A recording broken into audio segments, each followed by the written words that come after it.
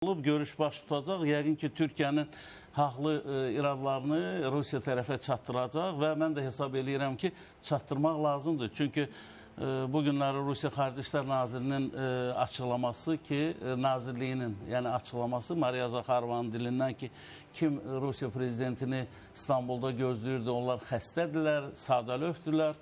Deməli, bir ucu da Amerika prezidentinə yəni, ünvanlanmış bir cümlədir. Mən çox istərdim ki, Amerikada yəni, buna bir münasibət bildirsin. Ona görə ki, Trump da deyirdi, axı, mən də orada olacağım, Zelenski də oradaydı, Erdoğan da oradaydı.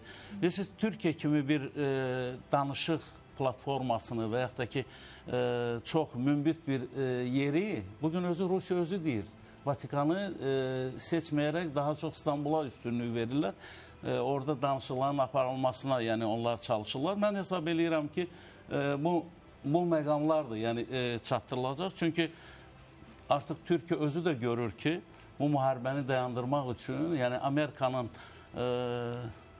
həm gücü çatmır, həm də ki, Amerika faktiki olaraq Rusiya Federasiyasının əlinə oynayır. Yəni ona o imkanları yaradır. Amma Türkiyədə yəni bu müharibədə böyük yəni çətinliklərlə üz-üzədir deyə. Ona görə burada hər yeni gün demək olar ki, yeni problemlər yanar. İndi baxın, bir məsələ bitməmiş, Rusiya-Ukrayna müharibəsi bitməmiş, Arktika, yəni Finlandiya cəbhəsində böyük bir gərginlik yaşanır.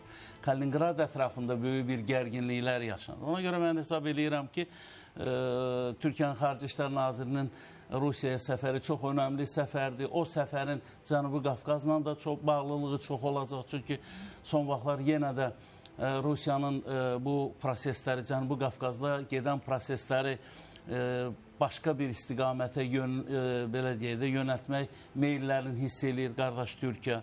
Elə Ermənistan-Türkiyə münasibətlərinin yaxşılaşmasını istəməyən yəni ölkələrdən biri də elə bizim şimal qonşumuzdur. Bunu da mən heç yəni çəkinmədən deyirəm. Bu da Türkiyəni narahat edir. Çünki Türkiyə bəzi məsələləri artıq gördünüz, sonuncu dəfə Albaniyada Erdoğan, İlham Əliyev və Paşinyanın çox belə isti belə ayaqüstü də olsa bəzi görüşləri, bəzi müzakirələri bunu da bəziləri həzm elə bilmir. Bayaqlar verilişin əvvəlində biz dedik ki, bu günlər Rusiya Paşinyanı dəyişmək üçün sanki sonuncu belə dedi, həll edici mərhələyə start verir. Amma bu da onda alınmayacaq. Ona görə ki, Paşinyan ən çətin dönəmləri keçib. 44 günlük savaşı götürək, antiterror əməliyyatını götürək, sonra orada biz dəfələrlə bu studiya... 4 kəndin qaytarılması məsələsi var. Yer gəlmişkən 1 il ötürür elə o prosesdən də. İndi hələ Ermənistanın üzərində qalan, yəni ötən ildən qalan bir məsələ var. Qazaxın 3 kəndi, bir də Naxçıvanın bir kəndi məsələsi. Yəni biz onu gözləyirik.